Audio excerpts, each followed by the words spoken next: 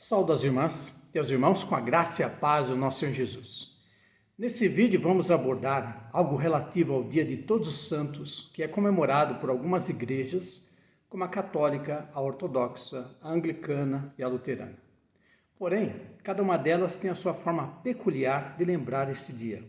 Assim, esse dia passou a ser comemorado para honrar todos os santos e mártires que são conhecidos ou não. Essa comemoração começou no fim do segundo século, quando cristãos passaram a honrar outros cristãos que haviam sido martirizados por causa de sua fé. E crendo que eles estavam no céu, criam que se orassem para eles, eles intercederiam por eles a Deus. De fato, esse era o entendimento deles na época.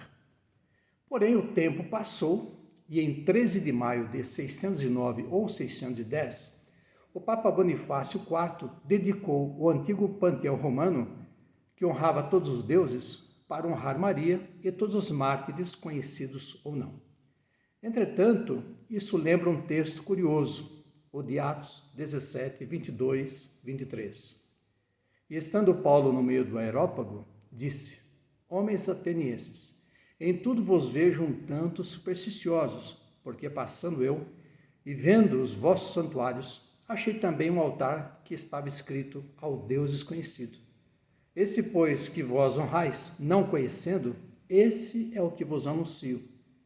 De fato, os atenienses, no desejo de honrar todos os deuses existentes, deixaram um pedestal vazio e escreveram que era para divindades que eles não conheciam, para que elas pudessem se sentir honradas, mesmo não sendo conhecidas. E o mesmo acabou ocorrendo com mártires conhecidos e com mártires que se tornaram desconhecidos, porque eram muitos. Entretanto, sabemos que mesmo que pessoas sejam esquecidas e ignoradas nesse mundo, Deus conhece a todas e não ignora ninguém. Mas a data foi mudada para 1º de novembro pelo Papa Gregório III, quando ele dedicou uma capela em Roma para todos os santos. E já em 835, o Papa Gregório IV o declarou uma festa universal. Originalmente, os cristãos se reuniam nas datas de aniversários das mortes dos cristãos que haviam sido martirizados para fazerem orações e vigílias nas proximidades onde foram mortos, como ao redor do Coliseu de Roma. Mas, com o tempo, igrejas foram erguidas nesses locais para honrarem a memória dos cristãos que haviam sido martirizados. Com o tempo, diversos homens e mulheres tiveram uma vida de santidade exemplar diante de Deus e do povo. E mesmo que não houvesse mais martírios de cristãos, essas pessoas, após sua morte, passaram a ser honradas como as que haviam sido martirizadas por causa de sua fé. E com isso, cristãos que haviam sido martirizados e os que não haviam sido martirizados passaram agora a ser honrados como pessoas santas e que podiam interceder no paraíso a Deus pelas que ficaram. Mas, como que boa parte das igrejas de tradição protestante encara esse dia? Entendemos que a palavra santa se relaciona à divindade, pois Deus é santo. E também cremos que ser santo ou santa é o mesmo que se separar para Deus, mesmo vivendo no mundo.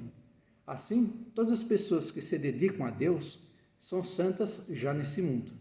Mas claro que uma não vai orar para a outra como se ela fosse uma divindade, porque as vossas orações são feitas a Deus em nome de Jesus. É o que afirma o texto de Atos 4:12.